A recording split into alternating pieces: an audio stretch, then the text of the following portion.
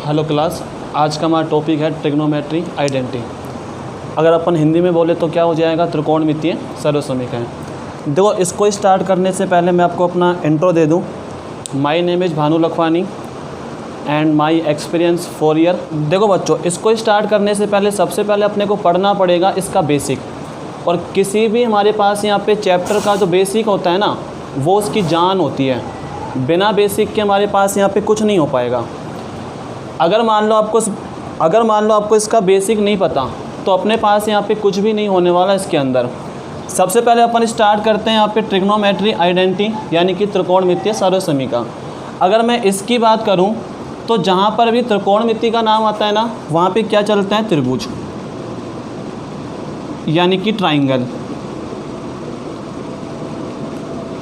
अब क्वेश्चन उठता है कि ट्राइंगल भी कितने प्रकार के होते हैं। तो ट्राइंगल हमारे पास यहाँ पे बच्चों 2 प्रकार से डिवाइड होते हैं। एक तो हमारे पास होता है बच्चों यहाँ पे भुजाओं के आधार पर, और सेकंड हमारे पास यहाँ पे बच्चों होता है कोण के आधार पर। कोण के आधार पर अगर भुजाओं के आधार पर बात करें यानी कि साइड के आधार पर बात करें तो बच्चों ये हमारे पास यहाँ पे 3 प्रकार से बनते हैं। पहला हमारे पास बनेगा बच्चों यहाँ पे समबाहु त्रिभुज। सेकंड हमारे पास यहाँ पे बच्चों बनेगा समद्विबाहु त्रिभुज। समद्विबाहु त्रिभुज। और थर्ड हमारे पास यहाँ पे बच्चों बनेगा विषमबाहु त्रिभुज। विषमबाहु त्रिभुज। अगर मान लो मैं इसकी डेफिनेशन की बात करूं तो समबाहु त्रिभुज हमारे पास क्या होता है, ऐसा ट्राइंगल जिसके तीनों साइड क्या होते हैं, इक्वल होते हैं। यानी कि ऐसा त्रिभुज जिसकी तीनों भुजाएं क्या होती हैं, समान। यानी कि समबाहु त्रिभुज में क्या होता है, तीनों भुजाएं समान होती हैं। तीनों भुजाएं समान। अगर बच्चों में बात करूं यहाँ पे समद्विबाहु त्रिभुज की, तो इसमें क्या होता है, इसमें हमारे पास यहाँ पे 2 साइड तो सेम होती हैं लेकिन 1 साइड हमारे पास क्या होती है, डिफरेंस होती है, यानी कि उससे अलग होता है। यानी कि इसमें 2 भुजाएं समान होती हैं, 2 भुजाएं समान, तथा एक भुजा उससे अलग होती है यानी कि असमान होती है एक भुजा। अगर बच्चों मैं यहाँ पे बात करूँ विषमबाहु त्रिभुज की, तो विषमबाहु में क्या होता है, तीनों ही भुजाएं डिफरेंस होती हैं। यानी कि तीनों भुजाएं कैसी होती हैं, अलग अलग होती हैं। तीनों भुजाएं अलग अलग, तीनों साइड अलग अलग होती हैं इसकी। तो ये हमारे पास यहाँ पे ट्राइंगल साइड के आधार पे 3 प्रकार से डिवाइड होते हैं। फर्स्ट हमारे पास होता है बच्चों समबाहु त्रिभुज। सेकंड हमारे पास बच्चों यहाँ पे होता है समद्विबाहु त्रिभुज। और तीसरा हमारे पास कौन सा होता है, विषमबाहु त्रिभुज।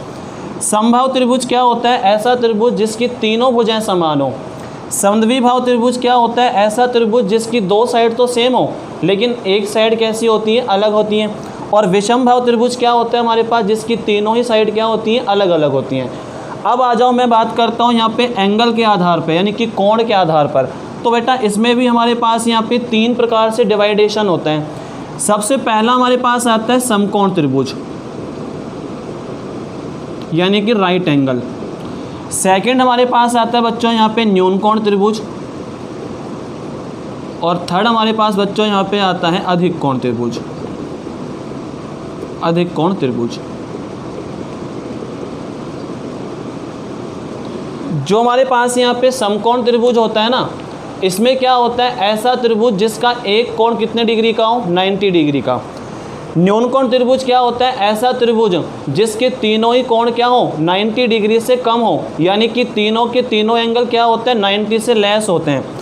और अधिक कोण त्रिभुज क्या होता है, ऐसा ट्राइंगल या ऐसा त्रिभुज जिसमें एक कोण क्या होता है, 90 डिग्री से ज़्यादा होता है। अब क्वेश्चन उठता है कि क्या हमारे पास यहाँ पे सारे ही ट्राइंगल पढ़ने पड़ेंगे। तो यहाँ से अपने को सारे ट्राइंगल नहीं पढ़ने।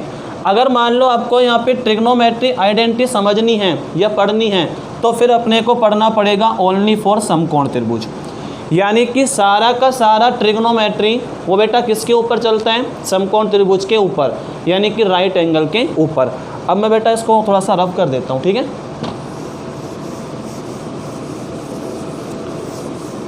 तो बच्चों अपन यहाँ पे जब भी ट्रिग्नोमेट्री की बात करेंगे, त्रिकोणमितीय की बात करेंगे, तो अपन बात किसकी करेंगे यहाँ पे? समकोण त्रिभुज की। किसकी बात करेंगे बच्चों? समकोण त्रिभुज की। तो समकोण त्रिभुज होता है ऐसा त्रिभुज जिसमें एक कोण कितने डिग्री का होता है? 90 डिग्री का। और बाकी जो बचे हुए बच्चों दो एंगल होते हैं ना, दो कोण होते हैं, वो हमारे पास क्या होता है? 90 डिग्री से कम होते हैं, छोटे होते हैं। यानी कि इस प्रकार की उसकी आकृति होती है। जो ये वाला होता है इसको मैं ए मान लेता हूँ, इसको बी मान लेता हूँ, इसको सी मान लेता हूँ, और ये हमारे पास यहाँ पे 90 डिग्री का हो जाएगा। अगर मान लो मैं थोड़ी देर के लिए इसको थीटा मान लूँ, थीटा का अर्थ होता है कोण। जैसे हमारे पास यहाँ पे हिंदी, जैसे हमारे पास यहाँ पे अल्फ़ाबेट के अंदर चलता है ना ए बी सी डी, ऐसे ही हमारे पास एक ग्रीक लैंग्वेज होती है, तो उसमें हमारे पास क्या चलता है? Theta, alpha, beta. तो इसी प्रकार से हमारे पास ग्रीक भाषा का एक शब्द आता है थीटा। तो अपन क्या करते हैं? अधिकतर कोणों को दर्शाने के लिए उसी का ही उपयोग करते हैं। तो जैसे बच्चों मान लो मैं यहाँ पे उपयोग करता हूँ किसका? थीटा का। तो 90 डिग्री के सामने वाली जो साइड होती है, या जो हमारे पास यहाँ पे सबसे बड़ी साइड होती है, इसे बोला जाता है कर्ण। अगर इसको इंग्लिश में कहें तो इसका नाम हो जाएगा बच्चों हाइपोटेनियस। हाइपोटेनियस। अगर आपने इसको थीटा माना हुआ है, तो थीटा के जो हमारे पास यहाँ पे बिल्कुल सामने वाली साइड है, सामने वाली भुजा, तो बच्चा उसका नाम हमारे पास हो जाएगा लंब। अगर मान लो मैं इसको अंग्रेजी में कहूँ तो इसका हो जाएगा परपेंडिकुलर। परपेंडिकुलर। और जो हमारे पास यहाँ पे तीसरी वाली साइड बच जाती है, तीसरी वाली जो भुजा हमारे पास यहाँ पे बच जाती है बच्चों, उसे कहा जाता है आधार। क्या कहा जाता है उसे? आधार। अगर मैं इसको इंग्लिश में कहूँ तो क्या बन जाएगा? बेस।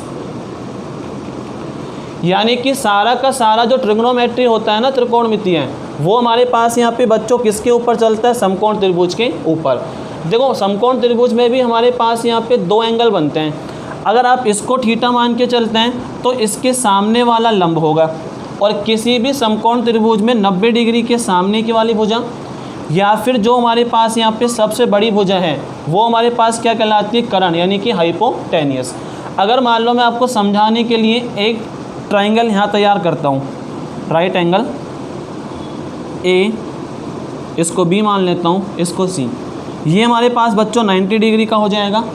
अगर मान लो मैं इसको थीटा मान लूँ, तो 90 के सामने का जो हमारे पास यहाँ पे साइड है ना भुजा, उसे अपन क्या कहेंगे? कर्ण कहेंगे। क्या कहेंगे? कर्ण।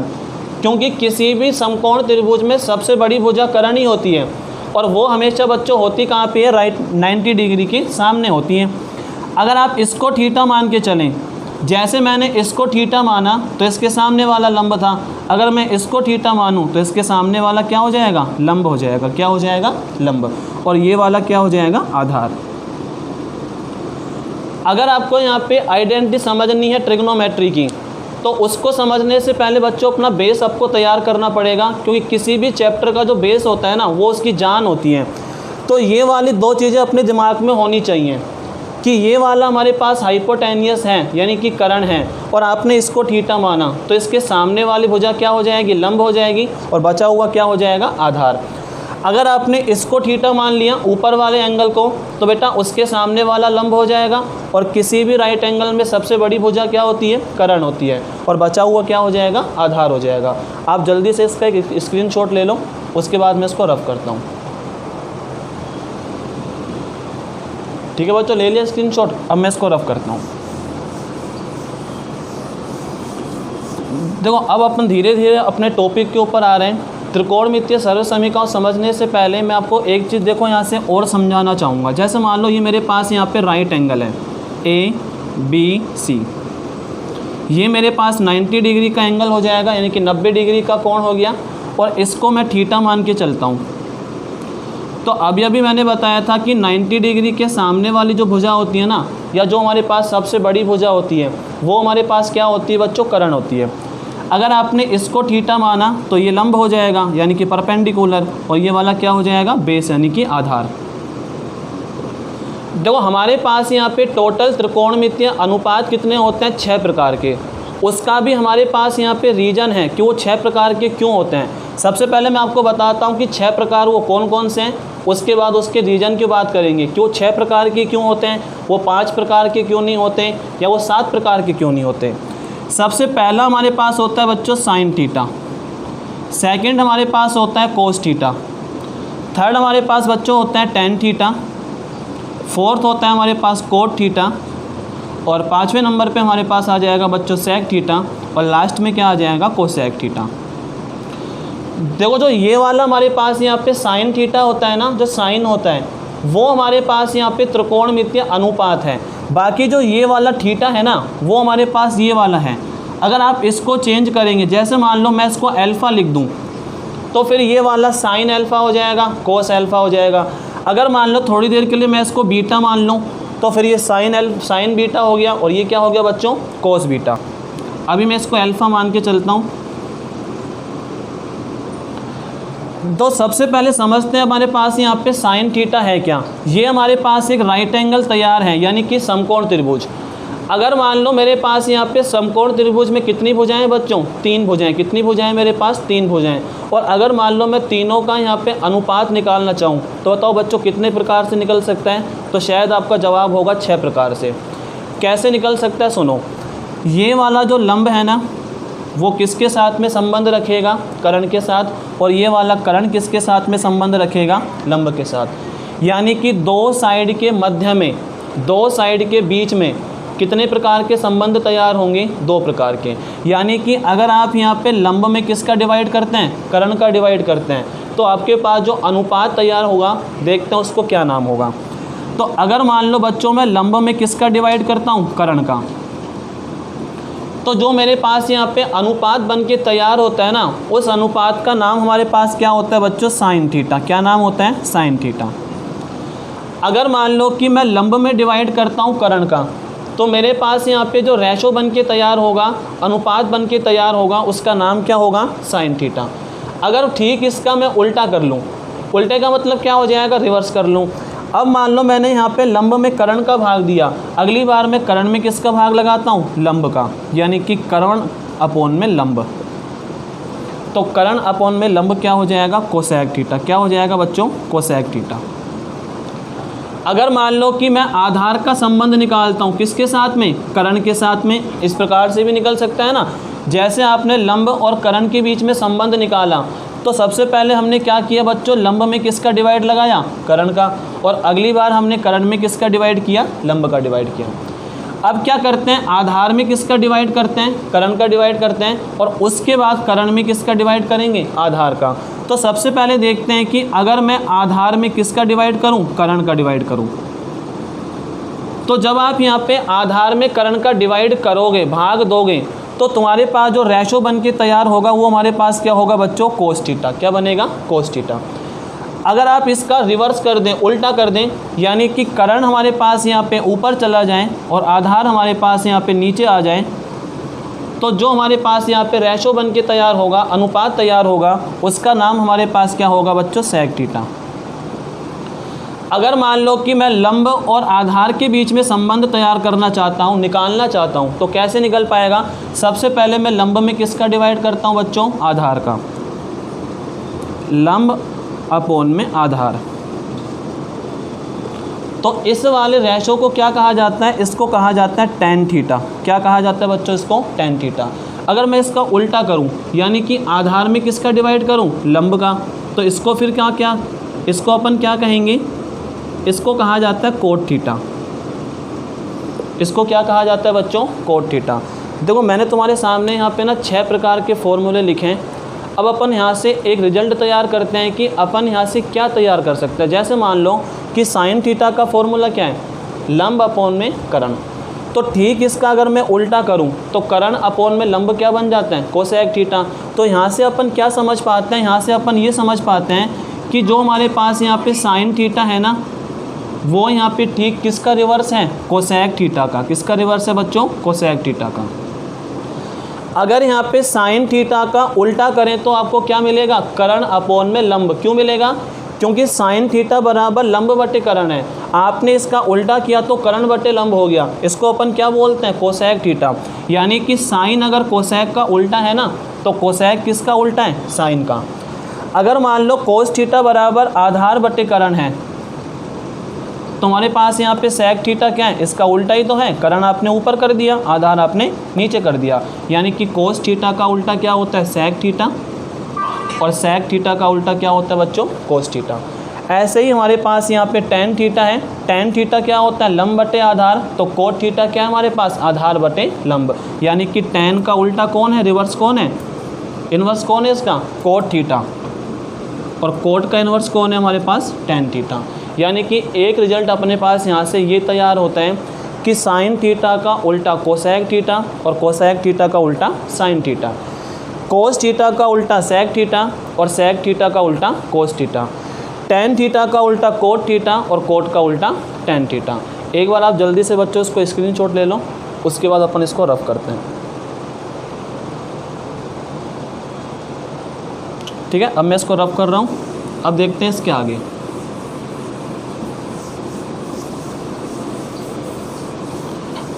देखो बच्चों, अब तक अपन ने क्या किया यहाँ पे, अब तक हमने यहाँ पे ना 6 प्रकार के फॉर्मूले तैयार किए, और जो हमारे पास यहाँ पे 6 प्रकार के फॉर्मूले बन के तैयार हुए ना, इनको कहा जाता है साइड के आधार पे फॉर्मूले, यानी कि भुजाओं के आधार पर सूत्र।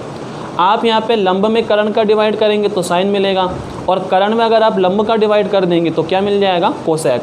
अगर आप आधार में किसका डिवाइड करते हैं, कर्ण का, तो फिर हमें क्या मिलेगा, कोस मिलेगा। अगर आप कर्ण में आधार का डिवाइड कर देंगे ना तो फिर आपको सेक मिलेगा। अगर आप लंब में आधार का भाग देते हैं, डिवाइड करते हैं, तो टेन मिलेगा, और आधार में लंब का भाग दे तो कोट मिलेगा। देखो बच्चों, अब इसके आगे चलें, इनको याद करने का ना हमारे पास एक सिंपल सा तरीका होता है। मैं आपको इसके याद करने के 2 तरीके बताता हूँ। एक तो हमारे पास यहाँ पे सदियों पुराना चलता आ रहा है, एक तो वो बताऊँगा, और एक हमारे पास यहाँ पे देखो नया,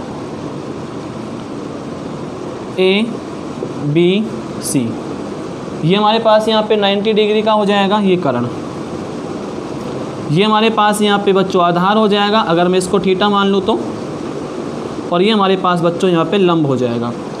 ये हमारे पास यहाँ पे कर्ण है ना, और कर्ण को अपन क्या बोलते हैं बच्चों, हाइपोटेनियस बोलते हैं। तो हाइपोटेनियस का मतलब क्या हो जाएगा, H हो जाएगा। आधार को बच्चों बोला जाता है क्या, बेस बोला जाता है, क्या बोला जाता है, बेस, यानी कि B। और लंब को बोला जाता है बच्चों परपेंडिकुलर। परपेंडिकुलर का अर्थ क्या होता है, P होता है। अगर मान लो मुझे यहाँ पे इसका फॉर्मूला तैयार करना है, देखो अगर मान लो मैं लंब को नॉर्मली ऐसे लिख लूँ LAMB, और कर्ण को अगर मान लो मैं ऐसे लिख दूँ KARN कर्ण, और आधार को नॉर्मल मान लो मैं ऐसे लिख देता हूँ AADHR, तो इसका अपन फॉर्मूला कैसे तैयार कर सकते हैं, लाल बट्टा कक्का।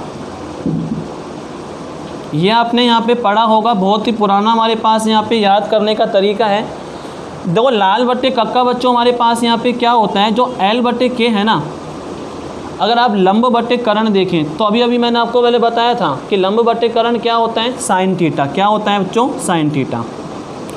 अगर आप यहाँ पे आधार बट्टे कर्ण देखें तो आधार बट्टे कर्ण हमारे पास क्या होता है बच्चों, कोस थीटा। और अगर आप यहाँ पे लंब बट्टे आधार देखें तो लंब बट्टे आधार मैंने क्या बताया था बच्चों आपको, टेन थीटा। और अगर आप इसको नीचे से पढ़ना स्टार्ट करें, नीचे से कैसे पढ़ना स्टार्ट करोगे, अभी तो अपन पढ़ रहे थे L बटे K, अब पढ़ूंगा K बटे L, तो K बटे L का मतलब क्या हो जाएगा, कोसेक थीटा, यानी कि कर्ण बटे में लंब। K बटे A का मतलब क्या हो जाएगा, कर्ण बटे आधार, यानी कि सेक थीटा। और अगर मैं इसको यहाँ से पढ़ना स्टार्ट करूँ आधार बटे लंब, तो ये हमारे पास क्या हो जाएगा, कोट थीटा। यानी कि देखो आप इसको जैसे मर्जी वैसे याद रखो।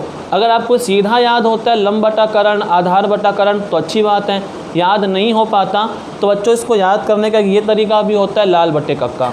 देखो इसको याद करने का एक और तरीका होता है, वो क्या होता है, आप यहाँ पे P लिख दो, और अपॉन में क्या आ जाएगा, HB।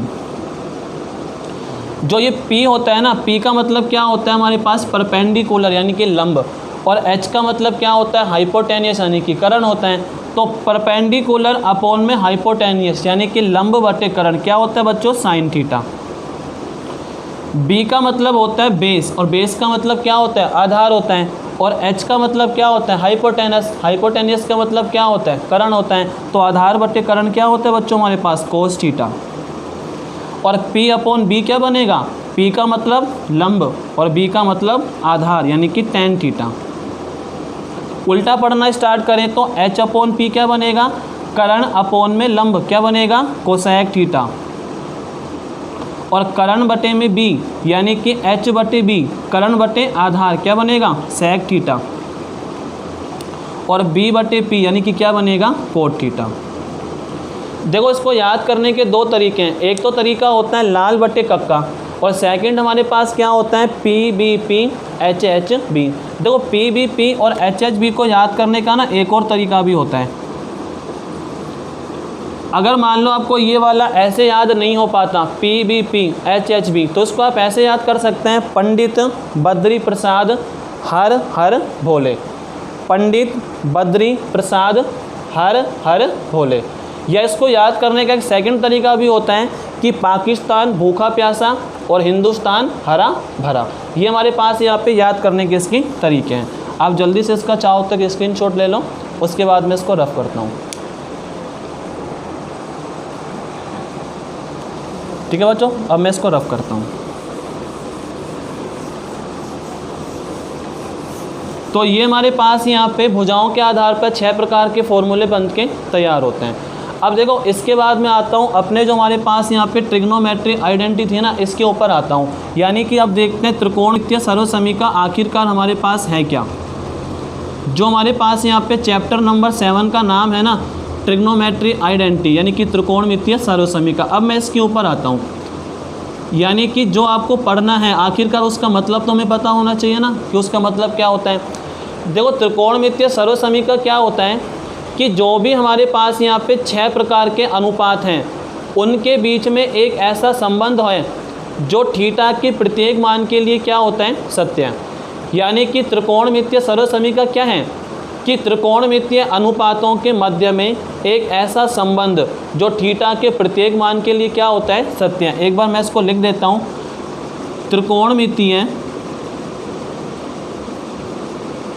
त्रिकोणमितीय अनुपातों के मध्य, त्रिकोणमितीय अनुपातों के मध्य में एक ऐसा संबंध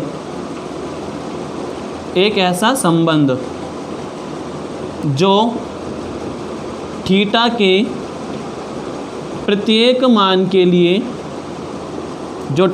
प्रत्येक मान के लिए सत्य हो, जो थीटा के प्रत्येक मान के लिए क्या हो सत्य हो, उसे अपन क्या कहते हैं त्रिकोणमितीय सर्वसमीका कहते हैं। उसे अपन क्या कहते हैं त्रिकोणमितीय सर्वसमीका, या फिर क्या कहते हैं ट्रिग्नोमेट्री आइडेंटिटी। यानी कि हमारे पास यहाँ पे ट्रिग्नोमेट्री आइडेंटिटी है कुछ नहीं, बहुत नॉर्मल सी चीज़ है कि जो तुम्हारे पास यहाँ पे 6 प्रकार के रेशो है ना अनुपात हैं, उनके बीच में आप ऐसा संबंध तैयार करो कि आप उसमें थीटा का वैल्यू कुछ भी रखो, 0 रखो, 30 रखो, 45 या इसके अलावा कुछ भी रखो, तो आपको हमेशा मान कैसा मिले इक्वल मिले।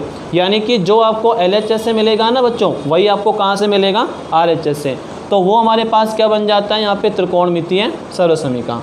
आप जल्दी से इसका एक स्क्रीनशॉट ले लें, इसके बाद इसको रफ करते हैं।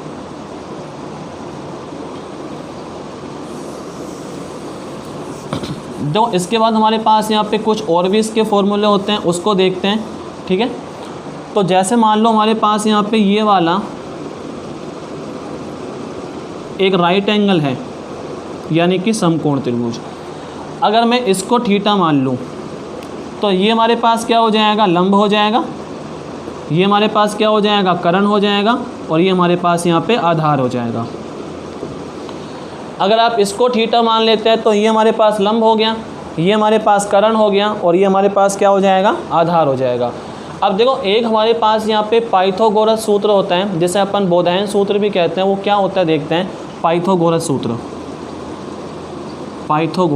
सूत्र ये अपन यहाँ पे छोटी क्लासों के अंदर पढ़ते हैं। वो क्या होता है हमारे पास कर्ण स्क्वायर बराबर लंब स्क्वायर, और प्लस में क्या होता है बच्चों आधार का स्क्वायर। यानी कि अगर आप यहाँ पे किसी भी राइट एंगल की किसी भी समकोण त्रिभुज की सबसे बड़ी भुजा का स्क्वायर करोगे ना, तो वो आपको किसके बराबर मिलेगा, बची हुई दोनों भुजाओं के स्क्वायर के योग के बराबर मिलेगा। यानी कि अगर आप किसी भी राइट एंगल के सबसे बड़ी वाली साइड का स्क्वायर करेंगे तो वो आपको किसके इक्वल मिलेगा, जो तुम्हारे पास यहाँ पे 2 साइडें बची हुई है ना, उसका स्क्वायर करके उसका सम करो तो उसके योग के क्या मिलेगा, बराबर आपको मिल जाएगा। इसे कहते हैं बच्चों पाइथागोरस सूत्र या बोधायन सूत्र। अब थोड़ा सा इसमें अपन आगे पढ़ें। जैसे मान लो मेरे पास यहाँ पे कर्ण स्क्वायर बराबर लंब स्क्वायर प्लस में आधार स्क्वायर लिखा हुआ है। सबसे पहले मैं क्या करता हूँ बच्चों, इस पूरे के अंदर कर्ण स्क्वायर का भाग देता हूँ। कर्ण स्क्वायर का भाग देने पर, कर्ण स्क्वायर का भाग देने पर अपन देखते हैं कि जब मैं इसके अंदर कर्ण स्क्वायर का भाग देता हूँ तो हमारे पास यहाँ पे क्या मिलेगा। सबसे पहले मैं कर्ण स्क्वायर का भाग देता हूँ। देखो इसमें डिवाइड किया हमने इसमें कर्ण स्क्वायर से, एक बार डिवाइड करना पड़ेगा आपको इससे, तो लंब स्क्वायर में किसका डिवाइड करते हैं, कर्ण स्क्वायर का, और एक बार इसमें भी डिवाइड करते हैं आधार स्क्वायर, और अपोन में क्या हो जाएगा, कर्ण का स्क्वायर। ठीक है बच्चों। अब देखो कर्ण स्क्वायर हमारे पास यहाँ पे ऊपर है, कर्ण स्क्वायर नीचे, तो कर्ण स्क्वायर से कर्ण स्क्वायर कैंसिल हुआ, क्या बचेगा बच्चों, 1 बचेगा। यहाँ लिखा हुआ है लंब स्क्वायर अपोन में कर्ण स्क्वायर, यानी कि परपेंडिकुलर का स्क्वायर है और अपोन में क्या है, हाइपोटेन्यूस का स्क्वायर। तो अगर मान लो मैं इसको लिखना चाहूँ तो मैं इसको ऐसे भी लिख सकता हूँ ना, लंब बटे कर्ण का होल स्क्वायर। आपने एक छोटी क्लासों में फॉर्मूला पढ़ा होगा कि अगर a की पावर m है और अपोन में b की पावर m है तो इसको ऐसे भी लिखा जा सकता है ना, a अपोन b का होल पावर m। ठीक है, ये अपन बेसिकली छोटी क्लासों में पढ़ते हैं। छठी का 7वीं क्लास में हमारे पास ये फॉर्मूला आता है कि अगर हमारे पास यहाँ पे a की पावर m है और अपोन में b की पावर m है तो इसको ऐसे भी लिखा जा सकता है ना, a अपोन b की होल पावर m। तो सेम काम मैंने देखो यहाँ किया है, ऊपर लिखा हुआ है लंब का स्क्वायर और नीचे क्या लिखा हुआ है, कर्ण का स्क्वायर। तो इसको मैंने क्या लिखा, लंब अपोन कर्ण, और पूरे का क्या लगा दिया, होल स्क्वायर। इधर देखते हैं तो आधार स्क्वायर बटे में क्या लिखा हुआ है, कर्ण स्क्वायर। अगर मान लो मैं इसको भी लिखना चाहूँ तो कैसे लिख सकता हूँ बच्चों, इसको आधार बटे कर्ण का होल स्क्वायर, आधार बटे कर्ण का होल स्क्वायर। अभी मैंने आपको थोड़ी देर पहले एक फॉर्मूला बताया था, तो मैंने आपको बताया था कि लंब अपोन में कर्ण, यानी कि जब आप यहाँ पे लंब के अंदर किसका भाग देते हैं, कर्ण का भाग देते हैं, तो हमारे पास यहाँ पे क्या बन के तैयार होता है, साइन थीटा। क्या तैयार होता है, साइन थीटा। लेकिन यहाँ पे इसकी पावर क्या है, 2 है, तो ये साइन थीटा तो मिलेगा ही, लेकिन उसकी पावर क्या हो जाएगी, 2 हो जाएगी। अगर आप आधार बटे कर्ण निकालते हैं तो वो हमारे पास क्या होता है, कोस थीटा। क्या होता है बच्चों, कोस थीटा। लेकिन कोस थीटा तो मिलेगा, इसकी पावर क्या है, 2 है, तो कोस स्क्वायर में थीटा। यानी कि एक और फॉर्मूला अपने पास यहाँ से तैयार होता है। क्या तैयार होता है वो, कि अगर आप यहाँ पे साइन स्क्वायर थीटा प्लस में क्या करोगे, कोस स्क्वायर थीटा, तो आपके पास उन दोनों का सम करने पर कितना आ जाएगा, 1 आ जाएगा। यानी कि अगर आप साइन का स्क्वायर करें और कोस का स्क्वायर करें, दोनों को आपस में जोड़ दें, तो आपको इसका वैल्यू क्या मिलेगा बच्चों, 1 मिलेगा। आप जल्दी से इसका स्क्रीनशॉट ले लें, उसके बाद इसको क्लियर करते हैं।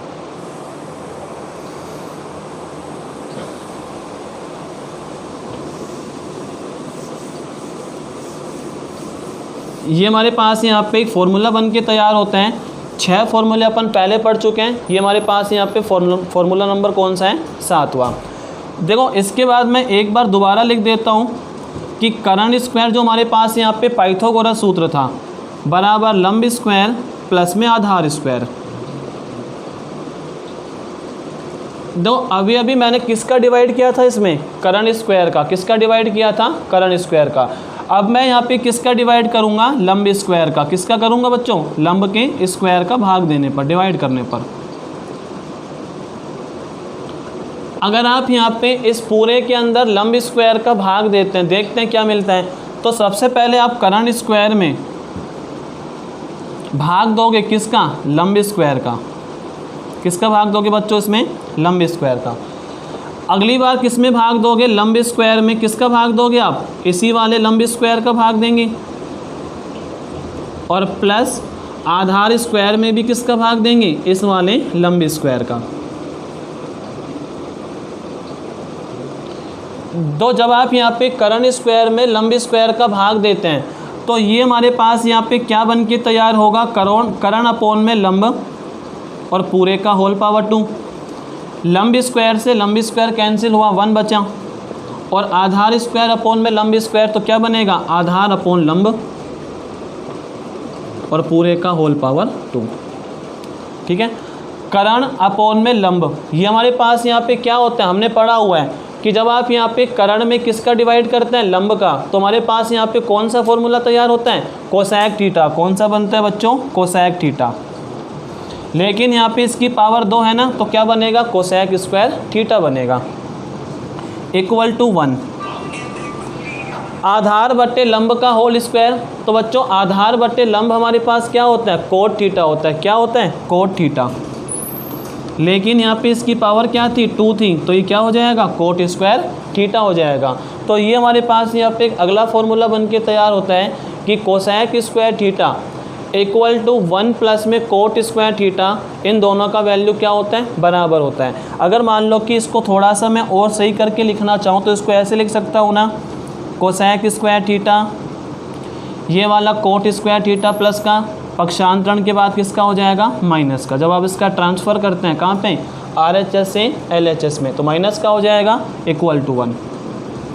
तो ये हमारे पास एक अगला फॉर्मूला तैयार होता है, कौन से नंबर का, 8वें नंबर का। सबसे पहले आपने 6 फॉर्मूले पढ़े भुजाओं के आधार पर। 7वां हमने क्या पढ़ा कि साइन स्क्वायर थीटा प्लस में cos square theta equal to 1। 8वां अपन क्या तैयार करते हैं कि cosec square theta minus cot square theta किसके इक्वल होता है, 1 के। किसके होता है, 1 के। आप जल्दी से इसका स्क्रीनशॉट ले लें, फिर इसको क्लियर करते हैं।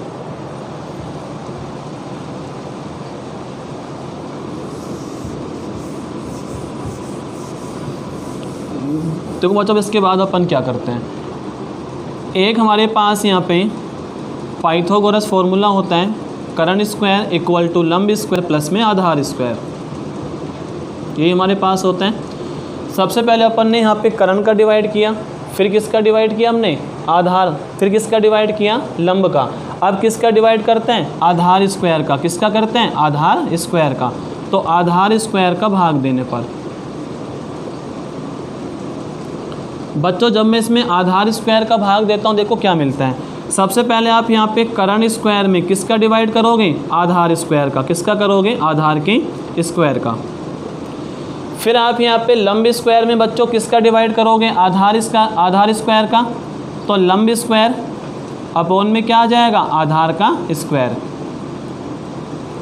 और फिर आप यहाँ पे आधार स्क्वायर में किसका डिवाइड करोगे, इस वाले आधार स्क्वायर का डिवाइड करेंगे। दो कर्ण स्क्वायर अपॉन में आधार स्क्वायर, तो इसको ऐसे भी लिखा जा सकता है ना, कर्ण अपॉन आधार, और पूरे का होल पावर क्या हो जाएगा, 2, यानी कि स्क्वायर। इसको ऐसे भी लिखा जा सकता है ना, लंब अपॉन में आधार, और पूरे का पावर क्या हो जाएगा, 2 हो जाएगा स्क्वायर। और आधार स्क्वायर से आधार स्क्वायर कैंसिल आउट हुआ, क्या बचेगा, 1। कर्ण अपॉन आधार किसका फॉर्मूला होता है, ये हमारे पास होता है किसका, सेक थीटा का। किसका होता है बच्चों, सेक थीटा का। लेकिन यहाँ पे इसकी पावर 2 है, तो सेक स्क्वायर थीटा हो जाएगा। लंब अपॉन में आधार किसका फॉर्मूला होता है, टेन थीटा का। किसका होता है, टेन थीटा का। लेकिन इसकी पावर क्या है बच्चों, 2, तो ये टेन स्क्वायर थीटा हो जाएगा प्लस 1। ये वाला टेन स्क्वायर थीटा जब आप ट्रांसफ़र करके यहाँ पे लेके आओगे तो इसका हमारे पास साइन चेंज हो जाएगा, माइनस का हो जाएगा। तो sec square theta minus tan square theta equal to 1। तो ये हमारे पास यहाँ पे 90 नंबर का एक फॉर्मूला बन के तैयार हुआ कि अगर आप यहाँ पे सेक स्क्वायर थीटा में से माइनस कर देंगे किसको, टेन स्क्वायर थीटा को, तो हमारे पास यहाँ पे उसकी वैल्यू क्या मिलेगी, 1 मिलेगी। अब जल्दी से इसको स्क्रीनशॉट ले लें एक बार, फिर इसको क्लियर करते हैं। ओके बच्चों, अब देखो इसके बाद हमारे पास अगला फॉर्मूला क्या बनता है। देखो बच्चों, हमारे पास यहाँ पे 6 फॉर्मूले तो बन चुके हैं, किसके बेस पर, भुजाओं के आधार पर। और 3 हमने और फॉर्मूले तैयार किए, sine square theta plus cos square theta बराबर 1। अगला हमने तैयार किया cosec square theta minus cot square theta बराबर 1। और उसका अगला क्या तैयार किया, sec square theta minus tan square theta बराबर में 1। अब देखो हमारे पास यहाँ पे अगला फॉर्मूला हमारे पास कैसे आएगा, 10 नंबर का। जब आप यहाँ पे साइन थीटा का मल्टीप्लाई करेंगे किसके साथ, उसके उल्टे के साथ, और साइन थीटा का व्युत्क्रम कौन था, कोसेक थीटा, यानी कि साइन थीटा का अगर आप मल्टीप्लाई कर देंगे किसके साथ में, कोसेक थीटा के साथ में, तो इसका वैल्यू क्या मिलेगा आपको, 1 मिलेगा। क्या मिलेगा, 1। तो कैसे मिलेगा, एक बार मैं आपको उसको भी दिखा देता हूँ। साइन थीटा का फॉर्मूला क्या होता है अपने पास, लंब बटे में करण। क्या होता है, लंब बटे करण। तो लंब को मैं क्या लिख सकता हूँ, परपेंडिकुलर लिख सकता हूँ ना, और करण को क्या लिख सकते हैं, हाइपोटेनियस यानी कि h, तो p/h। कोसेक थीटा को क्या लिख सकता हूँ, हाइपोटेनियस अपॉन में परपेंडिकुलर यानी कि h/p। और अगर मान लो मैं इन दोनों को कैंसिल आउट करूँ तो p से p कैंसिल हुआ, h से h, तुम्हारे पास यहाँ पे इसकी वैल्यू क्या मिलेगी, 1 मिलेगी। क्या मिलेगी, 1। तो ये हमारे पास यहाँ पे फॉर्मूला बन के तैयार होता है 10 नंबर।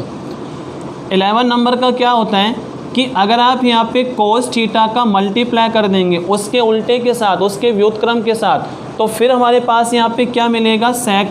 अगर आप कोस थीटा का मल्टीप्लाई करते हैं सेक थीटा के साथ तो इसकी वैल्यू क्या मिलेगी, 1। क्या मिलेगी, 1 मिलेगी। एक बार चेक करते हैं 1 कैसे मिलती है। तो कोस थीटा का फॉर्मूला क्या होता है, कोस थीटा का फॉर्मूला हमारे पास होता है बेस अपॉन में हाइपोटेनियस, यही होता है आधार बटे करण। और सेक थीटा का फॉर्मूला क्या होता है बच्चों हमारे पास, हाइपोटेनियस अपॉन में बेस। तो बेस से बेस कैंसिल हुआ, बी से बी, एच से एच कैंसिल हुआ, बचेगा क्या, 1। तो इस प्रकार से वो 1 आता है। नेक्स्ट हमारे पास होता है अगर आप टेन थीटा का मल्टीप्लाई कर दें, किसके साथ मल्टीप्लाई करोगे, कोट थीटा के साथ, तो इसकी वैल्यू भी हमारे पास क्या मिलती है आपको, 1 मिलती है। कैसे मिलती है चेक करते हैं। टेन थीटा का फॉर्मूला क्या होता है, परपेंडिकुलर अपॉन में बेस यानी कि p/b।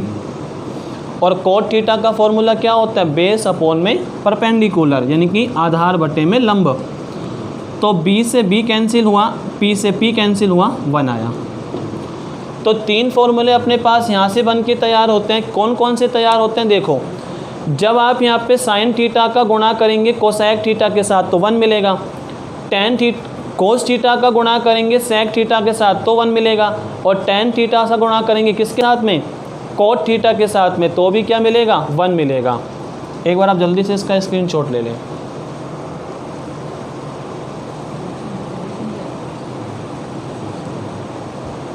ओके बच्चों, तो नेक्स्ट हमारे पास यहाँ पे फॉर्मूले क्या होते हैं, नेक्स्ट हमारे पास यहाँ पे फॉर्मूले क्या होते हैं। नेक्स्ट हमारे पास यहाँ पे फॉर्मूला आता है टेन थीटा का। किसका फॉर्मूला आता है, टेन का। टेन थीटा का जो फॉर्मूला होता है ना वो क्या होता है, sine theta upon cos theta. यानी कि अगर आप यहाँ पे साइन थीटा का डिवाइड करेंगे किसके साथ में, कोस के साथ में, तो जो तुम्हारे पास यहाँ पे रेशो बन के तैयार होगा ना उसका नाम क्या होगा, टेन थीटा। और नेक्स्ट हमारे पास होता है कोट थीटा। और कोट थीटा का फॉर्मूला क्या होता है, आप टेन का उल्टा कर लो, तो टेन का क्या होता है, sine theta upon cos theta. तो बच्चों कोट का क्या हो जाएगा, कोस थीटा अपॉन में साइन थीटा। ये अपने पास यहाँ पे इसके टोटल फॉर्मूले बन के तैयार होते हैं। एक बात का आप और ध्यान देना, जब हमने लिखा था sine theta into cosec theta equal to 1, तो अपने पास यहाँ से भी ना 2 फॉर्मूले तैयार होते हैं। आप साइन थीटा को यहाँ रखें, कोसेक थीटा का उधर ले जाएं तो ये अपॉन में चला जाएगा, और एक बार आप कोसेक थीटा को इधर रखें, साइन थीटा को उधर लेके जाएं तो ये अपॉन में चला जाएगा। यानी कि आप इस वाले सूत्र से इस प्रकार के 2 फॉर्मूले तैयार कर सकते हैं। साइन थीटा इक्वल टू किसके होता है, 1 अपॉन कोसेक थीटा के, और कोसेक थीटा किसके इक्वल होता है, 1 अपॉन साइन थीटा के। ऐसे ही कोस और सेक में होते हैं, और ऐसे ही किस में होता है, टेन और कोट में होता है। एक बार आप जल्दी से इसका स्क्रीनशॉट ले लें, उसके बाद अपन इसके आगे का काम करते हैं।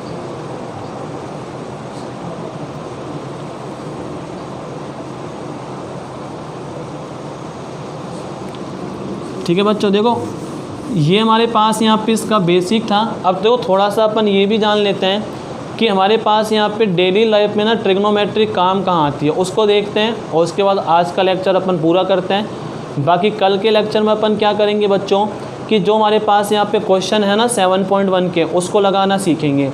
अब तो थोड़ा सा इसका बेसिक और जानते हैं, फिर अपन आज का लेक्चर पूरा करते हैं। तो बेसिक हमारे पास यहाँ पे क्या है, एक आपके पास यहाँ पे ये वाला समकोण त्रिभुज है, ये 90 डिग्री का हो जाएगा। अगर इसको थीटा मानो तो ये कर्ण हो गया, ये लंब हो गया, और ये हमारे पास क्या हो गया बच्चों, आधार हो गया। क्या हो गया हमारे पास, ये आधार। जो किसी भी समकोण त्रिभुज में टोटल हमारे पास यहाँ पे कितनी साइड होती हैं, 3 साइडें, और कितने एंगल होते हैं, 3। तो टोटल मिला के हमारे पास यहाँ पे कितने एलिमेंट बन के तैयार होते हैं, 6। कितने एलिमेंट बन के तैयार होते हैं, 6। 3 तो उसकी साइड होती हैं और 3 क्या होते हैं, उसमें एंगल होते हैं। मान लो थोड़ी देर के लिए इसको मैं अल्फ़ा मान लेता हूँ, या इसको थोड़ी देर के लिए अपन कुछ भी मान लेते हैं। वैसे 90 माइनस थीटा भी ये हो सकता है, लेकिन मैं थोड़ी देर के लिए इसको क्या मान लेता हूँ, अल्फ़ा मान लेता हूँ। देखो अगर तुम्हारे पास यहाँ पे 6 में से, अगर आपके पास यहाँ पे टोटल 6 एलिमेंट में से कोई से भी 2 चीज़ें तुम्हारे पास है ना, तो आप किसी का मान भी निकाल सकते हैं। जैसे मान लो मेरे पास यहाँ पे लंब का मान है और मेरे पास यहाँ पे थीटा का मान है, तो मैं इनमें से किसी का मान भी निकाल सकता हूँ। मान लो मेरे पास आधार का मान है और साथ में किसका मान है, थीटा का, तो आधार और थीटा की सहायता से मैं किसी का भी मान निकाल सकता हूँ। और अगर मेरे पास यहाँ पे कर्ण का मान है और किसका मान है, थीटा का, तो इनकी सहायता से मैं किसी का मान भी निकाल सकता हूँ। तो एक बार थोड़ा सा देखते हैं कि अपने डेली लाइफ में ये यूज कहाँ होती है। जैसे मान लो कि 2 व्यक्ति या 2 दोस्त एक बार ना दिल्ली घूमने गए, तो कहाँ घूमने गए थे वो, कुतुब मीनार। तो एक ने क्या बोलना कुतुब मीनार को देखकर कि मैं यहाँ से खड़ा खड़ा ना इस कुतुब मीनार की हाइट को बता सकता हूँ। तो जो उसका सेकंड वाला दोस्त था ना, वो उसके ऊपर हंसने लगा। उसने बोला ऐसे कैसा हो सकता है, तो इसको बिना नाप तोल के कैसे बता सकता है। तो उसने कहा कि मैं इसको बिना नाप तोल के बता सकता हूँ। कैसे बता सकता हूँ कि मैं इसको यहाँ से मेजर कर रहा हूँ और यहाँ पे एक मेजर खड़ा होकर, यानी कि यहाँ से देखकर, और कहाँ देखता है वो ऊपर वाले पॉइंट पर। यानी कि वो वाला जो दोस्त था ना सेकंड वाला, वो यहाँ से खड़ा होकर देखता है सी पॉइंट से, और कहाँ देखता है वो ऊपर वाले पॉइंट ए पर।